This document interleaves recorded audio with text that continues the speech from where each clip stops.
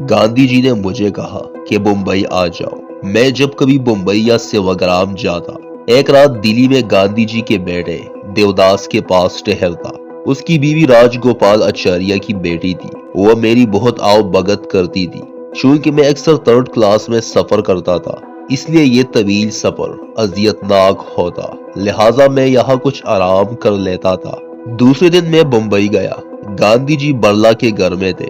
میں بھی وہی گیا اور ان کے ساتھ رہنے لگا۔ ایک دن عدم تشدد پر بات ہوئی تو میں نے کہا، گاندھی جی، آپ نے تو طویل عرصے تک ہندوستانیوں کو عدم تشدد کا درس دیا، اور میں نے حال ہی میں پٹھان بھائیوں کو یہ سبق دینا شروع کیا ہے۔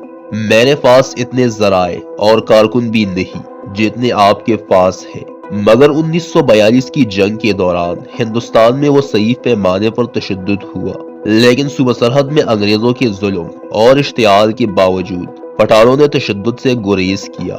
حالانکہ ہندوستانیوں کے مقابلے میں پٹھانوں کے پاس تشدد کا سامان بھی زیادہ تھا۔ اس کے جواب میں گاندھی جی نے کہا، عدم تشدد بزدلوں کا کام نہیں ہے، یہ بہادروں کا کام ہے، اور پٹھان ہندوستانیوں سے زیادہ بہادر ہے۔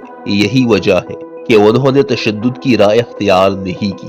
ایک دن میں گاندھی جی کے پاس بیٹھا تھا، ایک آدمی آیا جو انتہائی گھٹیا اور سستا لباس پہنا ہوا تھا۔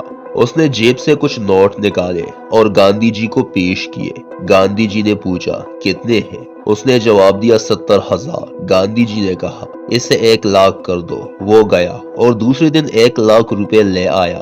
اسی طرح گاندھی جی نے اپنی سیکرٹری ڈیسائی سے کہا کہ بمبئی کے لوگوں سے ہریجنوں کے لیے 10 لاکھ روپے دینے کی اپیل کرو۔ اس وقت وہاں اس کے پاس 3 آدمی بیٹھے تھے۔ انہوں نے ڈیسائی سے کہا، بمبئی کے لوگوں سے اپیل نہ کرو۔ ان میں سے ہر ایک نے 2.5 لاکھ روپے دیے اور کہا، اب صرف ایک آدمی کی ضرورت ہے جو 2.5 لاکھ روپے دے کر آپ کی ضرورت کو پورا کر سکے۔